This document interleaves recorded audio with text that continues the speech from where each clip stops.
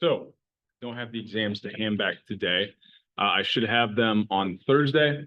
So I've got all of them graded. I just actually before class got them put into my grade book. Obviously, you could have done the multiple choice portion up until the start of today's class. So I'm hanging on to those so I can finalize grades before I give them back to you on Thursday. So just looking at the multiple choice kind of portion, looking at the grades that I have for the short answer, it looks like the average of the exam is going to be right around, like going to add in those 2 bonus points from the pre-exam questions. It's right about a 75. Right? So it's generally what I like to kind of target my exam grades to be. I think that might go up a little bit. A lot of you won't be affected looking at it. I forget now off the top of my head what question it was. There was 2 variables that were supposed to appear in italics. Someone let me know they weren't appearing. So I went in the back end and they were showing under my kind of like build mode. But when it came to the student view, they just weren't appearing. Now, I think based off the equation you were given, you probably could have, most of you correctly assumed what those variables were. And a lot of you got that question correct anyway. So once I award full points for it, it's probably not going to impact a lot of your grades. But I will go in probably once I get back to my office this afternoon and kind of update that now that everyone's kind of got their submission in. But it was just that one question for whatever reason. Like I said, those 2 italics weren't showing up, right? So I'll kind of get that updated. I will probably upload before I leave today. I won't promise, but likely before I leave, I'll get kind of what your exam score will be. If not, for sure tomorrow morning, first thing when I get to the office, that's what I'll kind of be working on.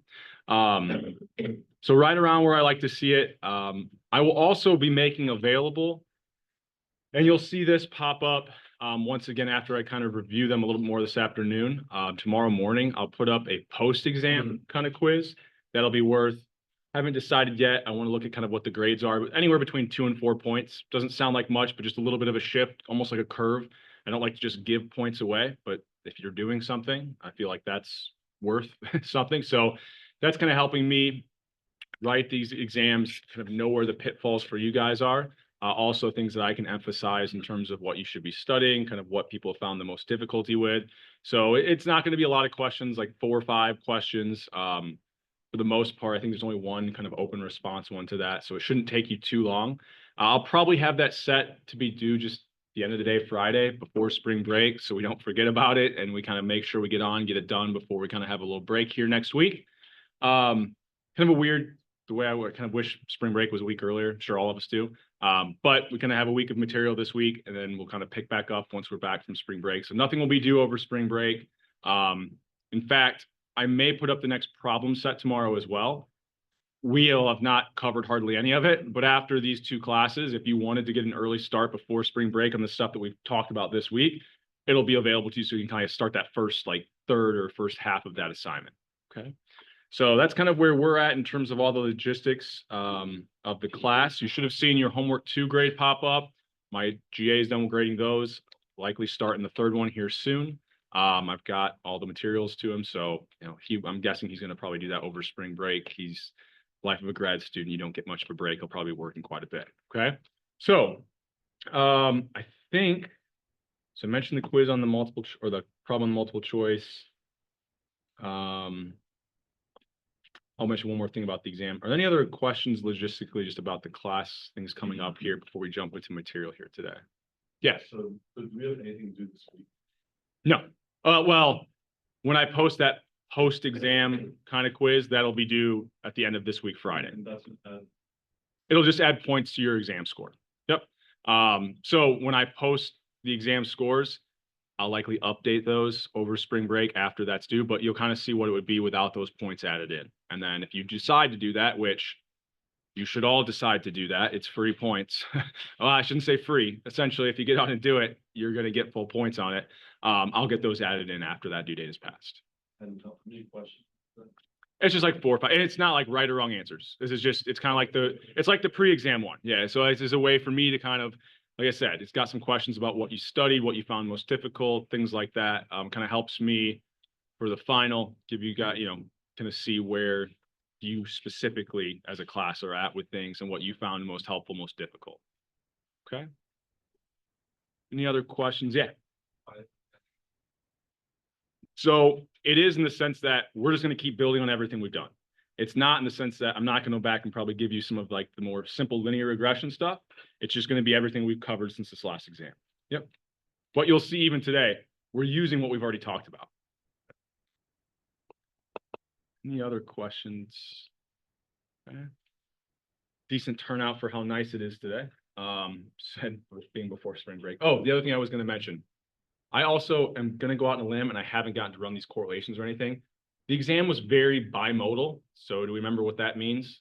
It means there was people who were kind of on this side of the average and on this side. And there's not kind of around, like many of you probably won't see like a 75. Like you're going to either be above that or below that. My guess, just from the names that I recognize and looking at the grade book, I'm guessing it's highly correlated with attendance. We'll see if I'm correct. I'll have more information about that Thursday. I'll run some of those regressions. I've got a file actually that was already saved in terms of kind of what your in-class quiz looks like, how many problem sets you've missed, how many quizzes you've missed. My guess is people have been active in the class, probably on the right side, hopefully, of that distribution. Okay. All right. So there's no other questions. We'll kind of jump into new material here. Okay. And who knows, if we go a little bit quick, maybe we'll get out here a little earlier today. Enjoy this nice weather. So before the exam, we were talking about pretty much strictly linear relationships. Okay. So when we're estimating these lines of best fit, right? Our beta 1, our slope coefficients told us what? The predicted increase in y from a, there's some people who got certain questions like this wrong. How would you interpret a slope coefficient? It's a 1 unit change in my x or right-hand side independent variable. The beta 1 would be the predicted increase in my y or my dependent left-hand side variable. Now, this was always kind of 1 unit. It was every unit was having the same effect. So we'll kind of even start out with a visual here. Let's say I've got some x and y variable, right? And I think the one I'm looking at fish length, but you could also think about this as just took my son to the doctor. Actually, sorry, the doctor this morning. So if you think about age, right? If we had a truly linear relationship between age and the height that you are as a person, what's the issue going to be? When you're young, every additional unit, every additional year older, how much do you think you're growing? Quite a bit, right? My son has grown 3 inches since he was born in 4 months. Every additional 4 months you are older, are you growing 4 more inches? No, right? What happens at higher ages? You start to taper off, right? It's not a linear relationship. So if we're looking at the data, you know, it's probably that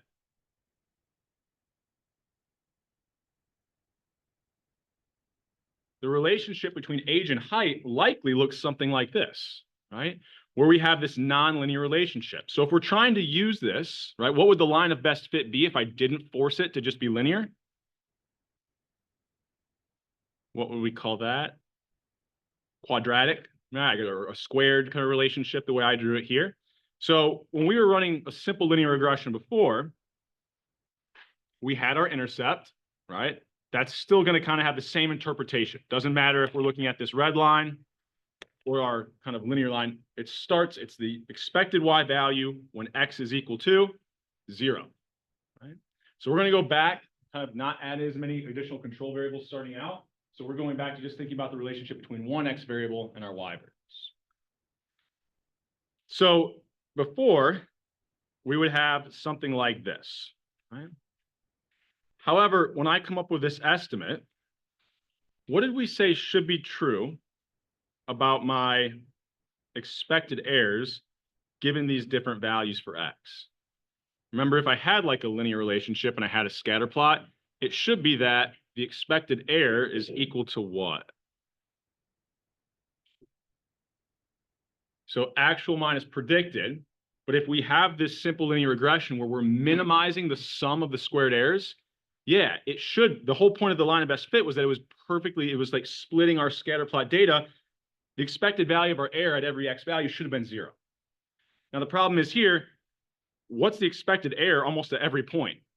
Well, we're only having positive errors. There's nothing to kind of balance it on the other side.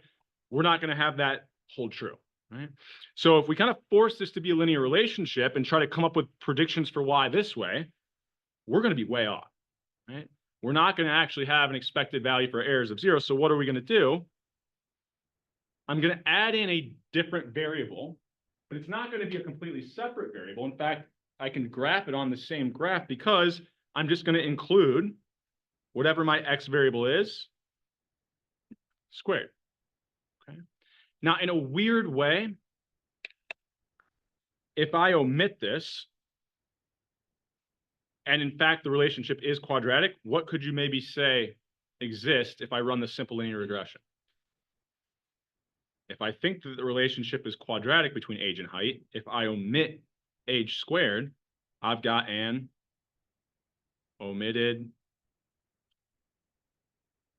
Well, if in fact it is quadratic and I treat it like it's linear, I omit that important variable, I've got an omitted variable bias, right?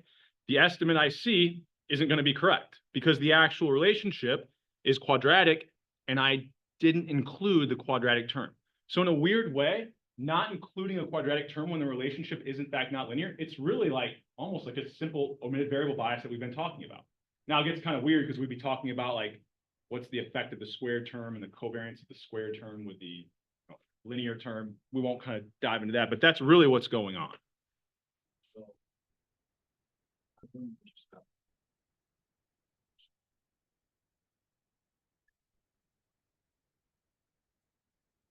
So mathematics, right? If you're going to include a squared term, right? In order to kind of fit this relationship, we need the linear term as well, right? So it's not that. So let's go with your line of thinking. If I just include the squared term, I'm not allowing for as much flexibility in the equation that I'm estimating, right? If in fact this doesn't matter, let's say that this shouldn't be included, what will I see the coefficient estimate be? 0. But if I just simply don't include it, if it's not 0, what did I just create? Omitted variable bias. So we include both of them because we don't really know ahead of time whether or not we need one, either one or both, right? So we might as well allow for as much flexibility as possible when we're estimating this relationship. As long as we're moving away from a simple linear relationship, we're trying to fit something we think is nonlinear, we might as well allow for as much flexibility as possible. Yeah. We included a variable that we found to be non-linear, but it turned out to be linear, but it's just omitted. Yeah, so what if instead of doing age and height, I did, I don't know. Oh, we could do age and, I don't know, income, right? So maybe thinking about if we only had like 20-year-olds on, as you get older, generally you kind of see income increase. We might think it's more of a linear relationship. If I have a linear relationship, what's going to be true about the coefficient on my quadratic term? 0. So same kind of thing. Might as well include it. And then if it looks like it's 0 from our estimate, well, we can say, oh, we found evidence that this isn't a quadratic relationship. It's in fact linear. And we'll look at some examples of that here in a second. Yep. Any questions on this idea, though, before we keep?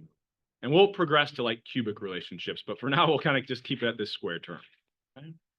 So I've got kind of the length, kind of same idea, age and height, but I've got a bluegill data set. Actually, it might be smallmouth. I say it's bluegill. Actually, now that I say that, I think it's a smallmouth bass data set. It doesn't matter. It's a fish, right? So what would you expect that coefficient to be? Well, as a fish gets older, its length likely increases. However, we kind of already talked through this, right?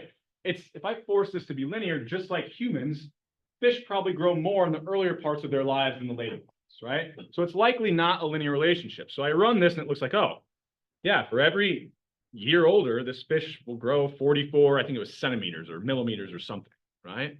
So highly statistically significant. I might look at this and say, oh, great, I've got I can start to make predictions, right? Well, if this relationship isn't in fact linear, what's going to be true about my predictions for really old fish? Yeah, I'm going to think they're like whales, right? Because they stop growing at some point. But if I treat it as though this relationship is linear, when I'm making predictions for fish that are really old, they stop growing, but I'd still be adding in this coefficient times however old they are. So if we look at the actual data, it's not quite as pronounced as what I drew up here, right? If I draw this kind of simple and have this simple linear regression, maybe I can get something that kind of looks like it fits part of the data, right? If I kind of extend this line, it doesn't fit this part very well, right? If I try to draw a line maybe here, but once again, up here, all the data points are below it. The expected value of my error, given those X values, it's not going to be 0. So what do I actually want? Something that maybe kind of has some curvature to it, right? Where I can kind of end up with a line that at any X value, there's equal amount of observations above and below it. So this is the actual kind of fish data, but it's kind of similar to what I was doing with human height as the example I started out with, okay? So now we can kind of see, if I use this linear regression where I have this nice line of best fit that's just linear with my predictions, when this fish is 4 years old, almost all of my predictions are going to be too low, right?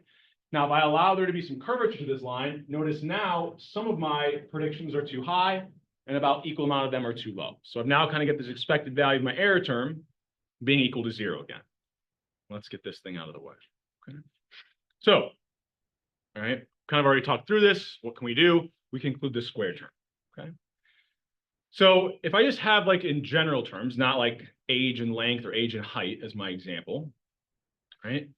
I can kind of think about just from like mathematics, what is that coefficient on the squared term telling me?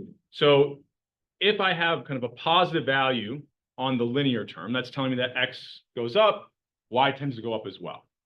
If my squared term is positive, what is that telling me? Well, it's telling me I kind of, as X is increasing, it's doing so at an increasing rate, right? Or this would be kind of, I have a convex relationship between that X and Y variable.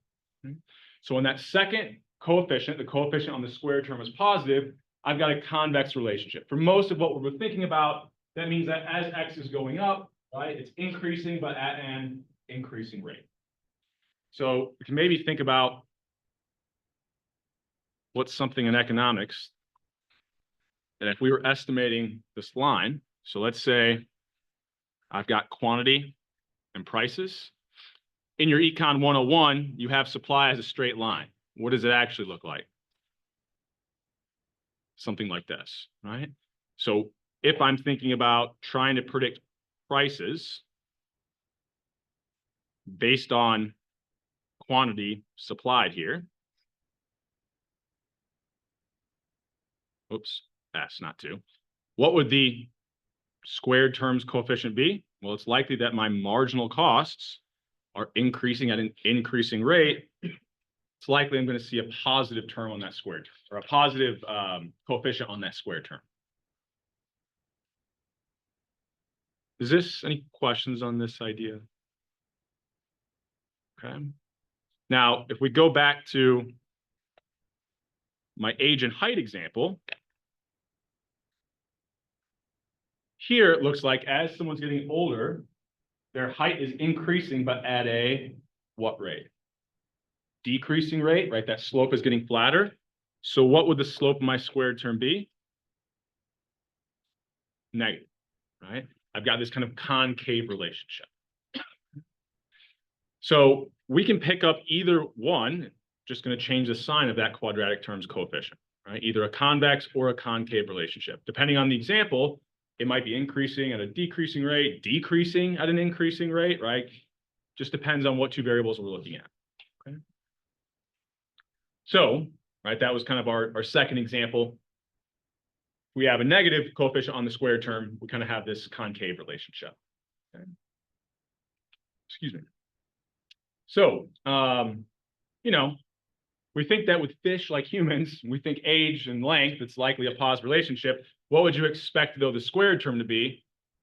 Well, right, as the fish gets older, it's growing, but that growth rate starts to decrease. So it's increasing at a decreasing rate. We would expect beta 2 to likely be negative. Right? So, right, sure enough, when we looked at that,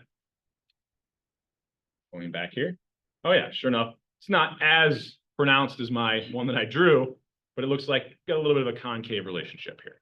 Okay. So go back to where we're at here. So if I ran that regression, right, I don't have to actually just guess, right, I can actually see what the sign of that coefficient is. So when I ran this regression with the fish data, well, first of all, should I be including that squared term? What would be something up here that indicates I should be? So if I'm looking at the coefficient on that squared term, it is in fact negative. Yeah. So that's one thing I could do. Now here gets a little bit tricky. We haven't talked about it yet, but if I add in a second variable is what I'm really doing here, what's going to definitely happen to my R squared? If I add in more variables, my R squared has to go up, right? So I'm going to need to come up with some kind of a test, maybe similar to what we did before, kind of looking at the difference between my restricted, unrestricted model. Here, I've added in one additional variable. My restriction would be 1, right? So I'm going to have maybe a test that, but on its face, it's a good indicator, right? And not only did it go up, you know, if I'm looking at what was 0.75 and 0.70, so 0.0, that's a pretty substantial increase in R squared. I'm going to guess that if we ran the test, it's likely going to be statistically significant. So that's a good indicator, is the R squared. What's something else that would give me statistical significance support for including that squared term? If I look at that coefficient of negative 5.22, what could I look at that tells me whether or not that coefficient is statistically significant? Our p-value, right? It tells us whether or not we can reject that coefficient on the squared term was 0. Can we reject that it's 0? At any of our conventional levels, our p-value is 0. It's going to be less than 0.1, 0.05, 0.01.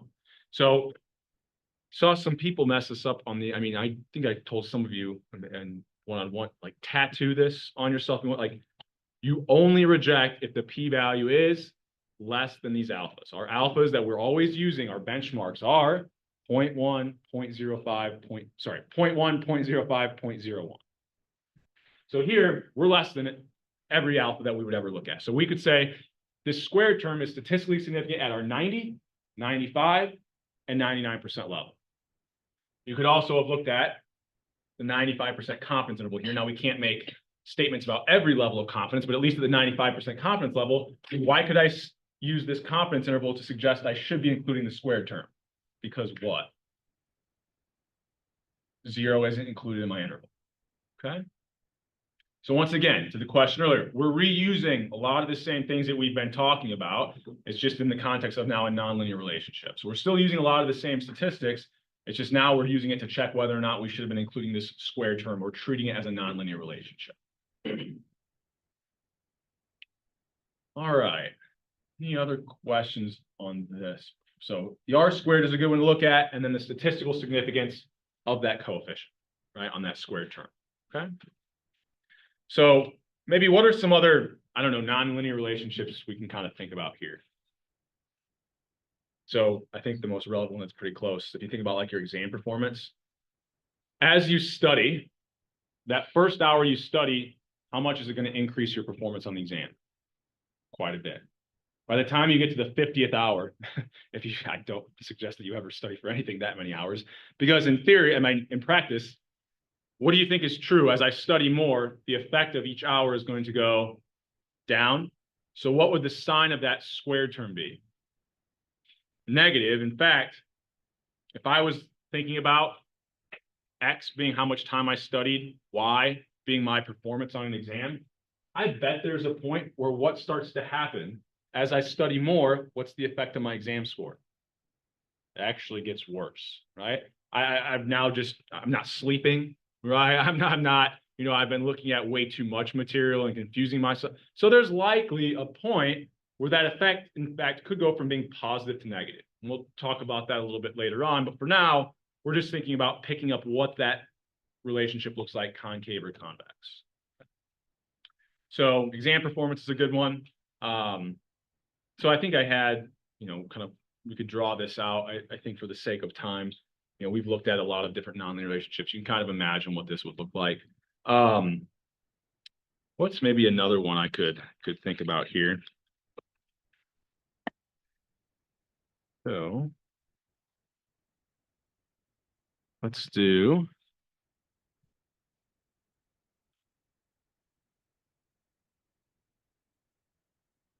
Oh, what's something that would be doing at an increasing rate?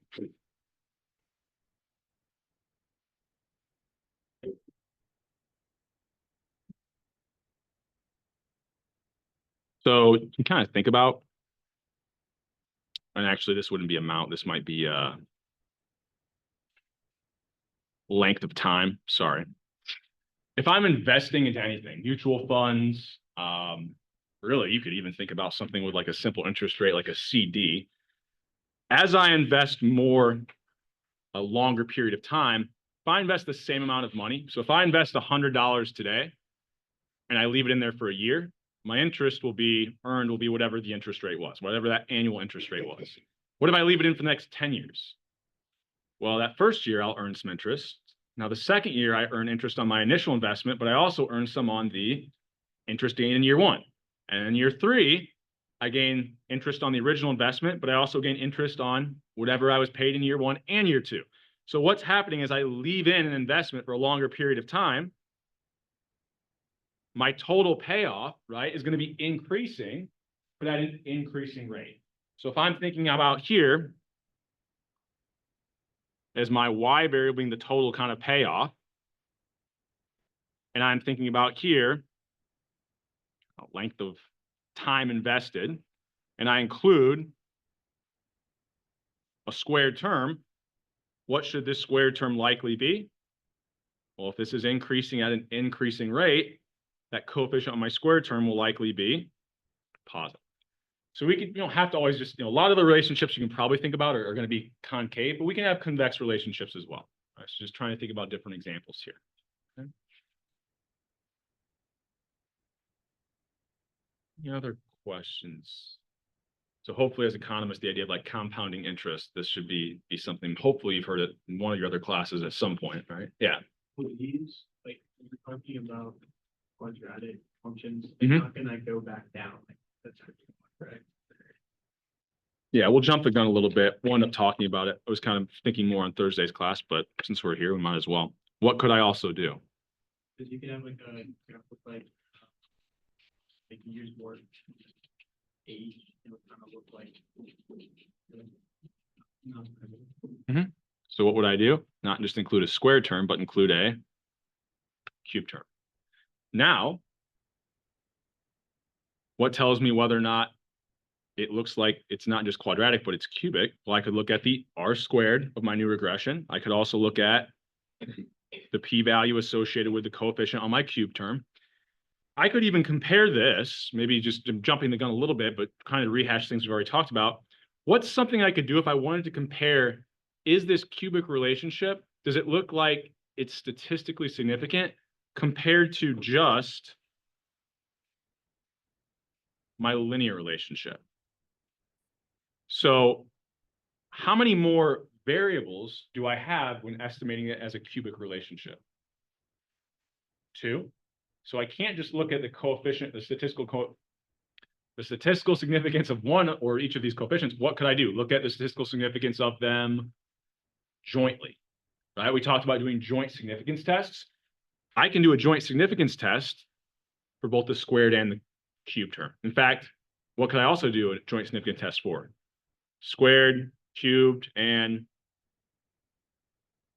to the fourth power, a quadratic term. Like, so we call these quadratic relationships, right? Like squared, cubic, yeah. So I could really do this for as many, as far out as I want to go, right? Now we'll primarily focus on just these squared ones.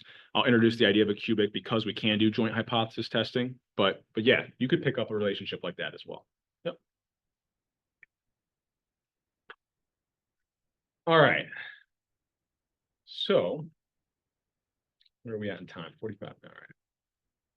So we've already mentioned some of this a little bit. We'll just look at this in a slightly different context. So I've got a data set, and we'll pull open here in a second. It's math scores. So this was like Indiana ISTEP score. I think it was whatever it was called before the ISTEP. It's kind of older data now. And it had the students' self-reported hours of study. So I'll kind of call that effort. So this kind of is the idea of like how was my performance on a test, depending on how many hours of study I have. Right? So we could look at the statistical significance of the coefficient on the squared term here. We could also look at the R squared, right? And then if we kind of already mentioned this, more than just a square term, we could run this F test for joint significance. If I wanted to include this cubic term, it'd just be like what we were doing before with two variables, jointly significant, we can run that F test, okay? So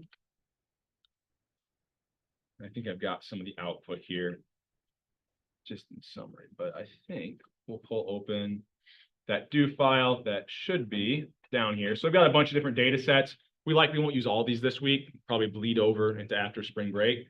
I think the one that I'm going to look at, test score class data. So we kind of already skipped through the fish stuff. We won't waste a lot of time on that. Let's see. I'm not going to have the path set right because it's from my office. So I want to do this test scores class data. I'm going to open that up.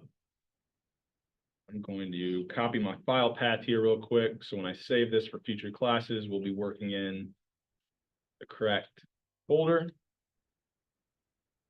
Oh, patient mark got left off. So we'll kind of set our global. This will always be the same for you. So you won't have to kind of go through and do this every single time. We'll use that test score class data. We kind of have this simple linear relation or regression where I'm just going to say, okay, as someone puts in more effort, hours of studying for this test, what was their performance, right? So I can run this and it might look like, oh, okay, what could I actually say here at the 95 and 99% level? Can I say that studying for this standardized test, this I step, did it have any impact on my performance? At the 95 and 99% level, can I reject the null that the coefficient is 0? No, right? 0.065, that p-value is not less than my alpha of 0.05 or 0.01. So at the 95 and 99% level, I would actually say that studying for this test has no impact. I can't reject that that coefficient is equal to 0. Now, in theory, that's what educators want. A standardized test, it should be that it's measuring your aptitude, that studying for it really shouldn't improve your performance. That would just mean that teachers are teaching you the test, right? So this is kind of good for Indiana, at least this from this data set, right? Now, what's something else I could look for at the 95% level? Why could I say that this effort or studying for this test had no impact? Not looking at my test statistic or p-value, I could look at my confidence interval, which at the 95% level includes the value of 0. So I won't be able to reject that as a possible true value for that coefficient. Okay, so once again, especially this week, I'm going to be trying to rehash some things, especially I graded the exams by hand. So try and mention things that I saw maybe some common mistakes on, right? So it looks like at certain levels, I could say, studying for this test doesn't matter. But what if, what do we already kind of say about studying for a test? It's likely it's not a linear relationship. So maybe even though it looks like that effective effort of more hours of study is 0 here, maybe it's just I'm just estimating the wrong relationship. It's that this relationship isn't linear, it's quadratic. So I move now instead. Now I'll show you a different way of doing this here in a second. I think an easy way to do this is create a new variable, which is just effort, that hours study variable, times itself. That would be what?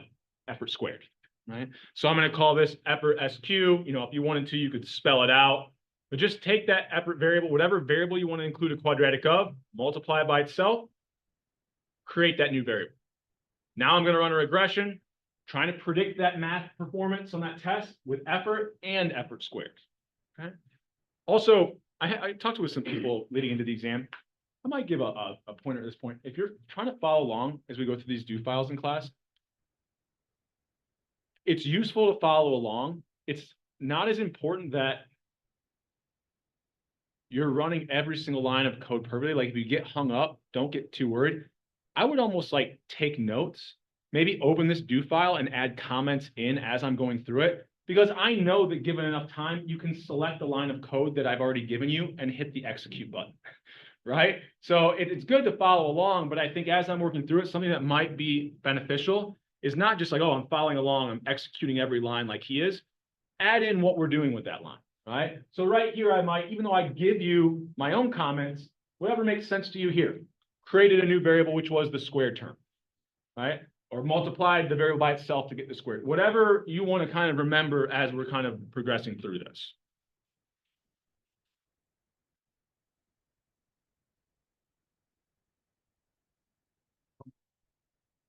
There's nothing from a simple linear regression that would lead us to believe it's not linear. Well, I'll take that back. There's no definitive evidence that it is going to be nonlinear. In this example, what might give me cause for concern that it's not linear? Well, I would think that somehow, some effort is going to impact my test performance. If I am saying that I can't reject the null, that effort towards studying for this test has no effect, maybe it's not that it's linear, maybe I should have been using a nonlinear relationship, right? So that's evidence that maybe I've got the wrong, but it could just be that it's a standardized test and studying for it doesn't matter, right? So it's not definitive proof, but it's at least some evidence that maybe I should look a little bit further, okay? Now, just because I find that this is statistically significant, so in this example, at the 90% level, could I say that that coefficient is statistically significant? Yes. That doesn't mean I should stop there. That doesn't mean I should rule out a nonlinear relationship, right? Okay. So I've got this effort squared variable. I haven't ruled out that I'm going to go ahead and run this. Now, we'll look at a couple different things. So the first thing, what's happened to my R squared? So it's went from 0.013 to 0.023. That not seem like a large increase, but I mean, it's getting close to like doubling in size, right? So that's a pretty good evidence that R squared almost doubling, that maybe this is a nonlinear relationship. What else in this regression is close to indicating that maybe this is a nonlinear relationship? P-value, well, the p-value on the linear term is smaller, doesn't necessarily tell me that it should be quadratic, right? In fact, at our conventional levels, would I say that I should be including the squared term? Is that squared term's coefficient statistically significant? At my conventional levels, p-value is 0.117. So I reject the null, or I'm saying that I can reject there's no effect. So if I reject no effect, I'm saying there is an effect. Can I reject at any level here? No, that p-value of 0.117 is not less than any of my three conventional alphas, 0.1, 0.05, 0.01. So here I would actually say, you know what? The squared term being added in isn't any better of a fit for this relationship, right? That it doesn't have any statistical significance. I can't say that it's anything other than 0. So this would actually be evident, and sometimes we can have this, right? So I said, we can look at the R squared, and that can be one piece of evidence that maybe I should be included the squared term. I can increase my R squared a bit, but the p-value of that squared variable suggests that I don't need to be including it. So those two things can go against each other. Why? We said when I add a new variable, what has to happen to R squared? It has to go. What should maybe I compare instead? Or if you have another question before, yeah. So why would we be looking at effort squared instead of just effort? Because isn't there a bias within effort squared that we're removing from effort? So the bias exists in the coefficient, not in the statistical significance. Yep. So the statistical significance of whether or not I should be adding the squared term, we're not going to look at the linear. We're looking at the added term, right? That squared term. Yep. So instead of the R squared, we know that's going to go up when I add more variables. What doesn't have to go up if I add more variables that adjusts for that? I just said a word. My adjusted R squared, right? So if I look at my adjusted R squared, it goes from what? 0.0097 to 0.015. Okay, well, that suggests maybe I should be adding as well. So this is where the R squared suggestion and the statistical significance won't always line up. And why? Well, because my adjusted R squared could go up. Just because this isn't statistically significant at our conventional levels, what level could I say this is statistically significant at? 88% confident. That's still fairly high, right? So it's not that they technically completely go against each other. It's just if we're looking at these high levels of confidence, maybe that R squared indicator could kind of be the opposite of whatever that statistical significance indicator is on that squared term's coefficient. Okay. Any questions on that before we keep moving here? So I'll show you, let's see if I can remember this off the top of my head. Another way of doing this. Oh, that's not the line I wanted to copy. Here.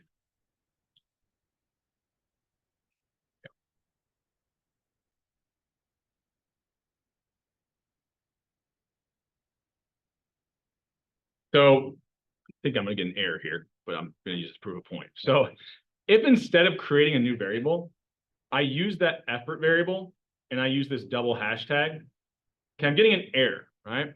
So what this double hashtag, I'm remembering right, should do. Oh, let's see if I have it down here later. Can't remember. Yeah, it's double. I thought so. So this is where I have to look things up. I'm not like, it's like if I knew Spanish, I'd still have to look words up, right?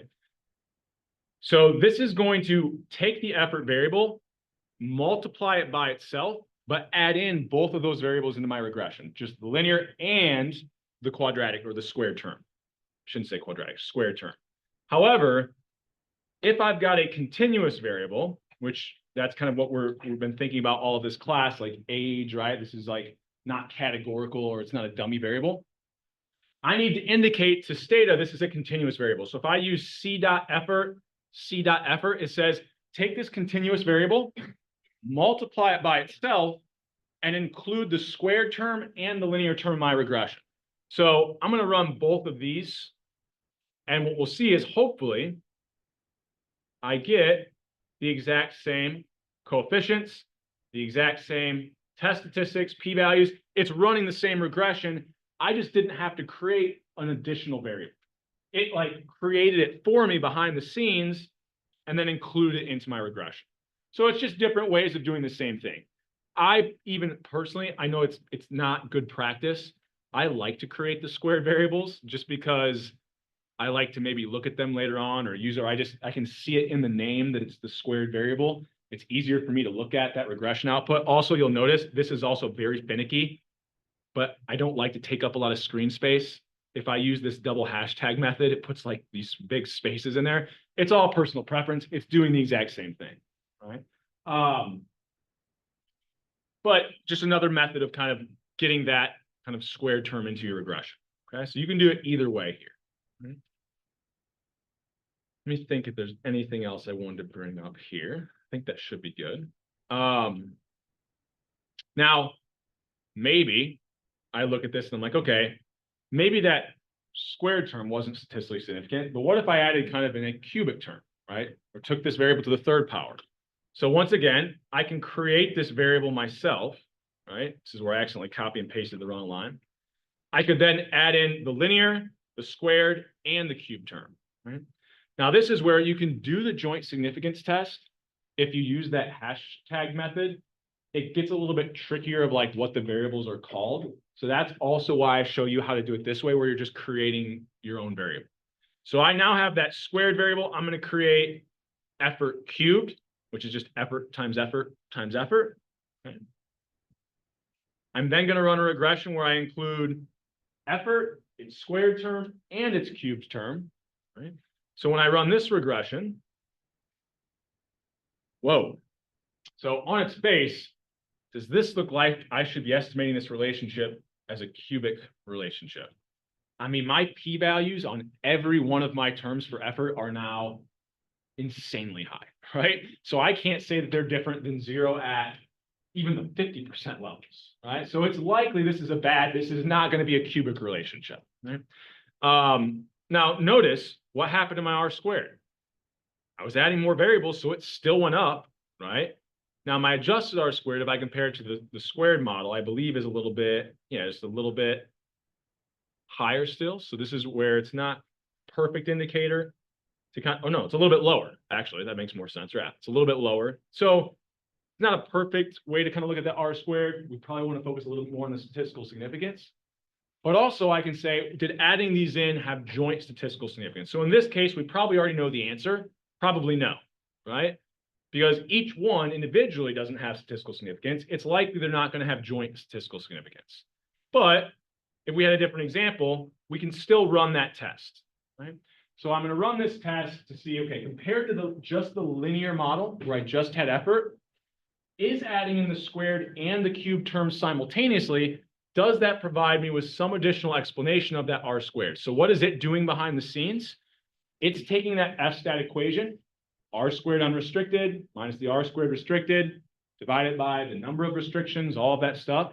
It's going to spit out us the f statistic. And then instead of us looking through this f table to find the associated p-value, it'll give us that p-value as well. So we're going to run this and kind of notice, well, even though the statistical significance of each coefficient was pretty high, jointly, I mean, they're still not significant, but it's a lot closer to being significant. So in different examples, maybe I would have like p-values of 0.2 and 0.3 associated with each of those individual coefficients. But if I run the joint significance test, maybe that probability, that p-value associated with the f statistic, it might be below 0.1. So just because the individual coefficients don't have statistical significance doesn't mean the two added terms simultaneously won't have joint significance. This one's kind of I like this one because it's really pronounced, right? 0.9 and 0.7 were the individual p-values. Jointly, it's 0.27, quite a bit lower. All right. Any other questions on this before we keep moving here? So for the sake of time, let me think what I want to do here.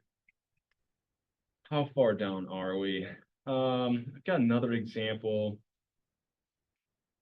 We kind of already looked at this. I'll return to the data here in a second. So this is really just a summary of what we looked at. So if you're going back to the slides, you know, we could think about kind of adding in that squared term. Oh, right. I think I did this for a smaller data set just to give you a different example of numbers, right? So let's say I had a smaller data set, I ran the same regression, just so we have some different values to think about. So here, would I say from this data set that I should be including the squared term? Yes, right? At what levels? I could say that the squared term is statistically significant at what levels of confidence? So if my p-value is 0.025, is that less than an alpha of 0.1? Yes. So I can reject that coefficient is 0 at the 90% level. Is it less than 0.05? Yes. So I can reject that coefficient is 0 at the 95% level. So I should be including it. I can say that I should include the squared term at the 95% level. What about the 99%? It's not quite less than 0.01. So at the 99% level, I would say, you know, I shouldn't be including the squared term. Now, 95 is still pretty high, right? I shouldn't like throw out the baby out with the bathwater just because we don't quite get to that 99% level. But here's just kind of some different values, right? Using the same variables, but I think this is like a different sample size or a different sample of the data set. I use the same smaller sample. I said, what's one thing we could look at? Well, the r squared is always going to go up. We said, what's another thing we could look at? The adjusted r squared, and that also went up. So that accounted for the fact that we added a variable when we included the squared term. Not only that, we said we could look at that statistical significance of just the individual squared term as well. So the statistical significance on the coefficient of the squared term, our r squared we can use, it's probably better. I say probably, it's definitely better to compare not the r squared, but the adjusted r squared. We're deciding whether or not we should include that squared term. Okay. We can also do cubic relationships, right? We kind of already talked through this one in Stata. I can include the cube term. Here with my smaller data set, what happened? Well, I include the cube term here. Once again, crazy high p-values, but that doesn't necessarily mean that they won't be jointly significant, right? Here they weren't, all right? You can tell that p-value of the joint significance test was significantly lower than each coefficient's individual statistical significance. Okay? I might have an example Thursday's class where this kind of flips the two. Okay. Any questions on this before we keep moving here?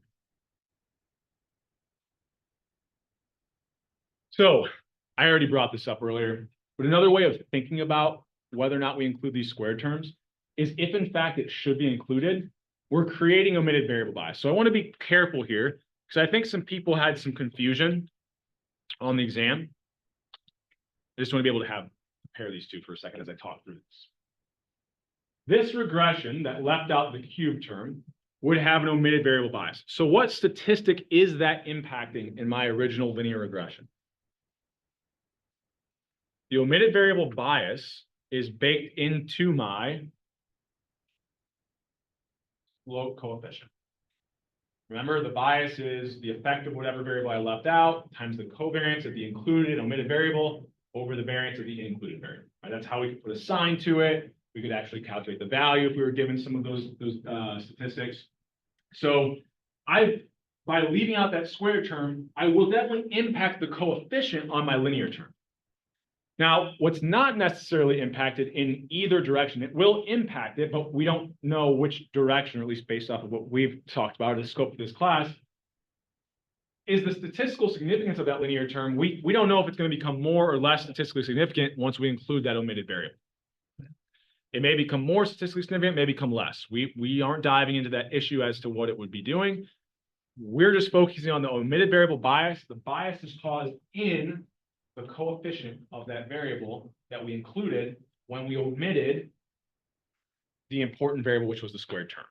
Now, here, this is an example where we could say the squared term was an important omitted variable was an important omitted variable, was causing a bias because it was statistically significant once we actually did include it.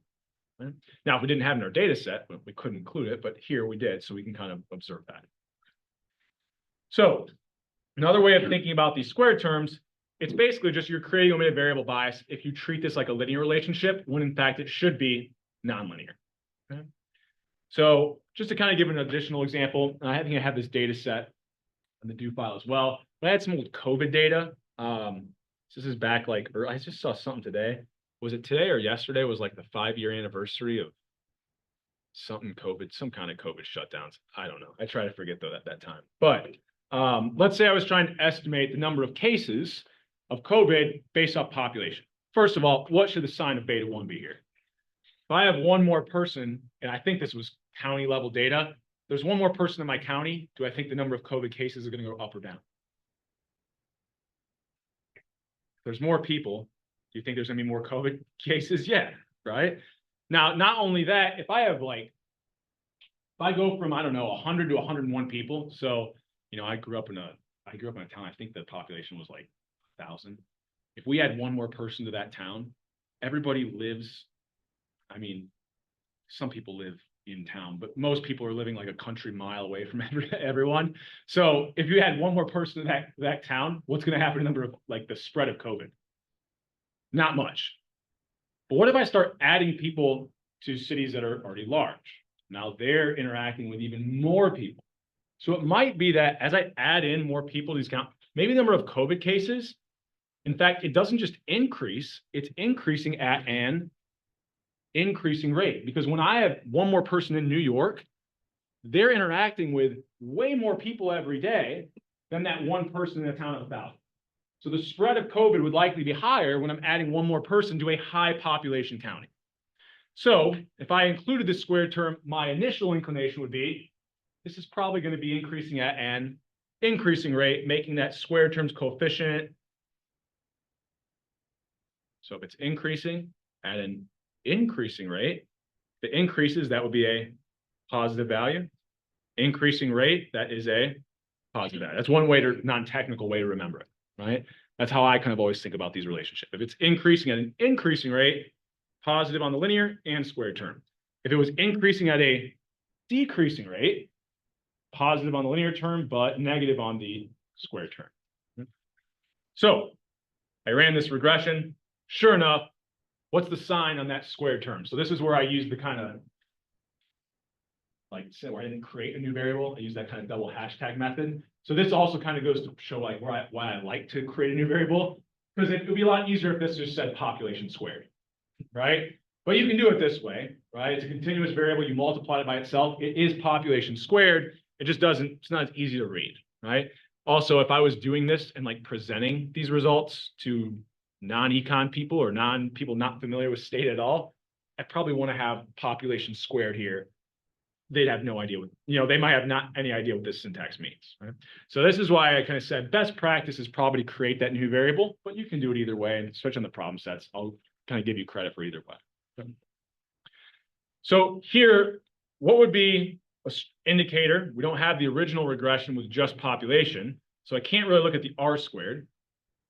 In fact, if I look at the R squared here, what would that suggest about trying to predict the number of COVID cases back in October of 2021?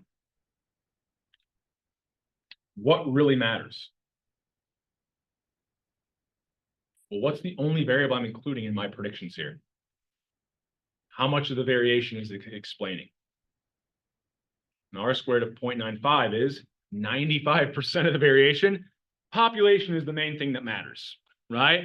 I'm sure a lot of other things matter as well. You know, they cover the rest of the 5%. Population looks like it matters a lot. Right?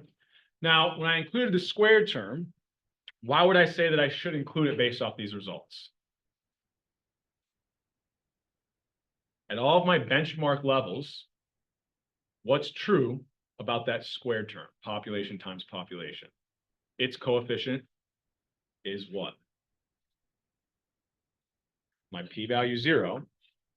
I am doing what? Rejecting the null. What does the null always start out at for every coefficient? We start out assuming that that coefficient is equal to 0, no effect. If I can reject that, I'm saying I found strong evidence that there is an effect. So here, this would be strong evidence. I mean, not only is the p-value 0, my test statistics getting as high as 9, we should start to realize like that's pretty high. Right? Our 99% cutoff test statistic approximate value is what, 2.58? So we're well above that. So here's a pretty good indicator. I should be treating this as a nonlinear relationship. So increasing at an increasing rate, we already talked through this. Highly statistically significant or pretty strong evidence, we should be including that into our regression. Okay. So in addition to this, the final thing I want to kind of talk through today is coming up with marginal effects. Right? So let's go back to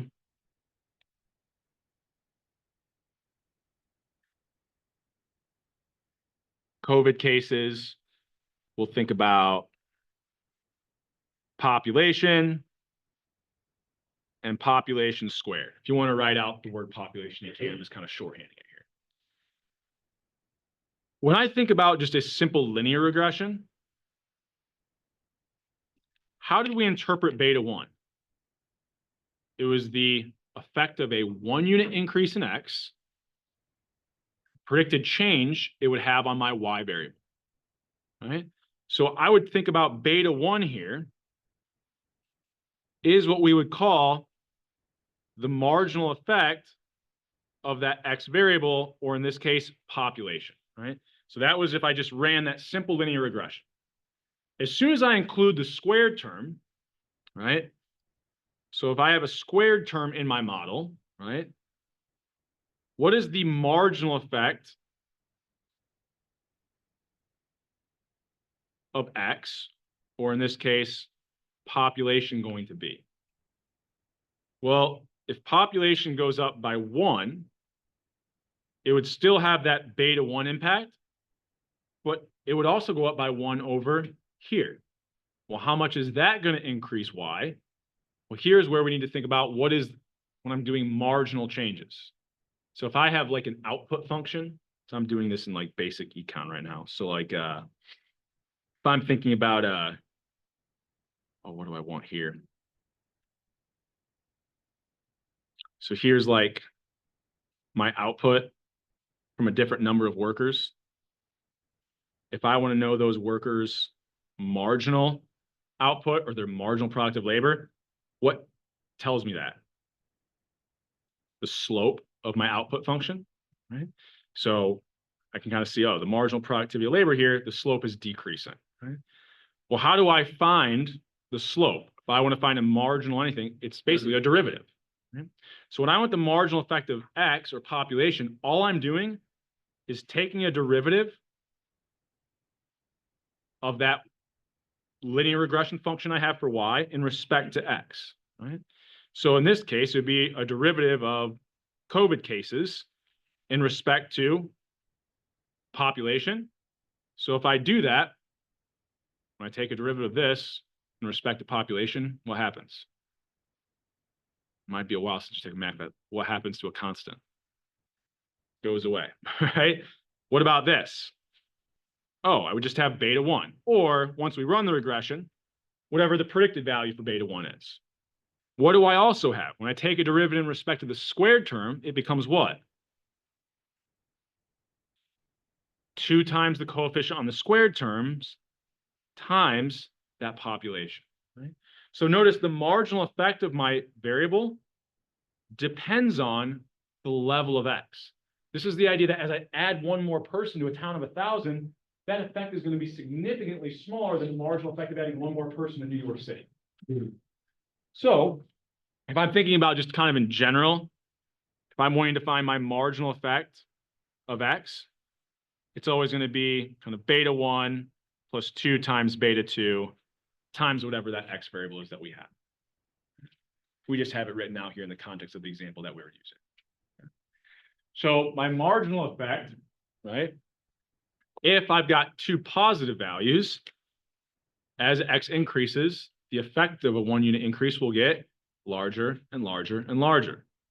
So if I have kind of 2 positive values here, my marginal effect is going up. What if I had a positive and a negative on the squared term? What's happening as X goes up? What's happening to my marginal effect? Well, as X goes up, if this is negative, my marginal effect is actually going down. So we can calculate the marginal effect at any X value. So in this example, I could calculate it at any value for population. And I think on Thursday, I've got something in the do file. I'll show you kind of a quick way you can get a nice graph of what this marginal effect looks like. But for now, we just want to think about it in terms of kind of the math, right? Not in terms of stata. Okay. Any questions over anything I'm saying here? Okay. So let's see.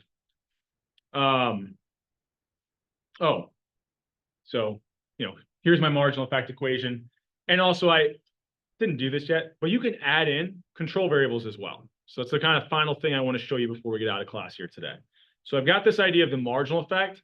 The marginal effect is the same if I've got the square term, if I have no other additional control variables, or if I add in a bunch of additional control variables. So what do I have here? I think I've got some numbers to it. Actually, I want to just kind of show you. If we go back here.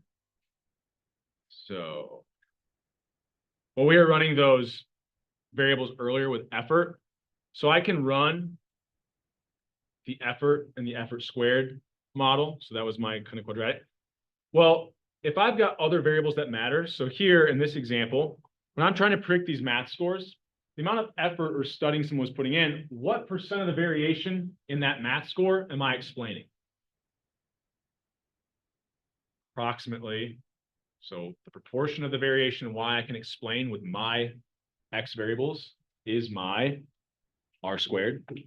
My R squared is 0.02. The % I'm explaining of the variation in math scores would be 2%. So there's 98% I'm not explaining. So what likely exists in the coefficient on my linear and my square term?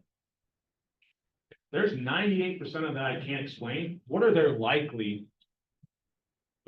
exist that aren't in my regression? Huge omitted variables, right? So I can start to think about, well, I really want to know if this relationship between effort and the performance on the test is statistically significant. Or does it actually have, is it increasing at an increasing rate? Well, there could be omitted variables. This is where it becomes important when we think about omitted variable bias, and I won't make you sign it in terms of the square terms, but there could be things that cause a larger bias in my square term than in the linear term. So I could be completely capturing this relationship incorrect if I have these important omitted variables that exist. So kind of, for example, here, I added in a few more. So I've got what? The grade they're in. Was it a magnet school, charter, male, grade size? So notice I'm doing one without the squared term and one with. So we'll kind of run both of these. So without the squared term now, right, looks like effort, it still has about the same p-value. I think this was close to what it was before, right around 0.05, might have been a little bit higher, a little bit lower. But I'm now able to add in my interpretation what? This is the effect of studying one more hour for this test, the predicted change in the test score, holding constant everything else in this regression. So the thought experiment is two people in the same grade. They both either went to a magnet school or not. They went to a charter school or not. They were both either male or not. They both had the same grade size, but one of them studied one more hour. What was the predicted change in their math score? It's a lot more powerful of a statement, right? So anytime I'm asking you to make these interpretations, if you've got more than one variable on the right-hand side, what do you always need to throw on the end of your interpretation? A lot of you miss like simple points from this on the exam. What should you always say at the end? Holding all else constant, right? That's the whole, I mean, that is a major part of multiple linear regression, right? That added term, it doesn't sound like much, but it's a lot, right? Because now the thought experiment is holding all these other factors constant. Look, thought experiment is the same exact kind of setup, but one of those students studies one more hour. Now it's the effect. That's a lot more power, right? So we can add in all of these controls and also include the squared term. So notice when we do that, okay, the squared term, not quite statistically significant, but not the furthest away, right? Would what be statistically significant at the 80% level? So not terrible.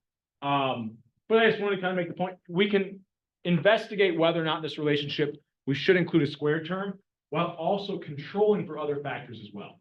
And that's really what we should be doing, because by including all these other control variables, what did we do to these coefficients? We eliminated any omitted variable bias. Okay. So you can include additional control variables as well, just like we were doing before, when we're investigating these nonlinear relationships. In fact, what you'll see a lot of researchers do, that, maybe I could also include like a grade size squared term. I could look to see, is there like nonlinear relationships in respect to multiple different variables, right? Now I don't just have to just focus in on one. All right, we'll save the margin stuff for next class. We've got the COVID county data we can kind of pick back up on.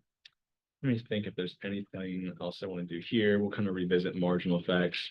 So just to kind of round this out, we'll kind of start with this example next class, this population COVID data.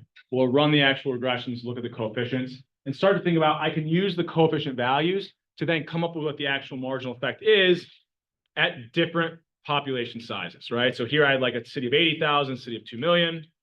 I can then maybe graph that, right? So I get a nice visual of the marginal effect. And then we'll kind of move on to another example of this idea of how the marginal effect that could change, which I think is pretty interesting and somewhat related to March Madness. So I always try to get it in right at this point in the semester, because it kind of, in the fall, this doesn't work as well. But in the spring, it's like lines up perfectly. So we'll kind of tackle this on Thursday. I should, at the beginning of class, I'll try to get here a little earlier on Thursday so I can start handing those exams back. I'll have them all kind of ready to go. You should see the scores pop up, like I said, this afternoon, at the earliest, at the latest, tomorrow morning. I like to triple check things before I post. Like I said, I've had them graded. I just want to triple check everything before I get them posted and hand them back. So you'll see those pop up either later this afternoon or early tomorrow morning. Okay. All right. Other than that, any questions for me? Be here in those couple minutes. Otherwise, enjoy the rest of this day. I will see you guys on Thursday.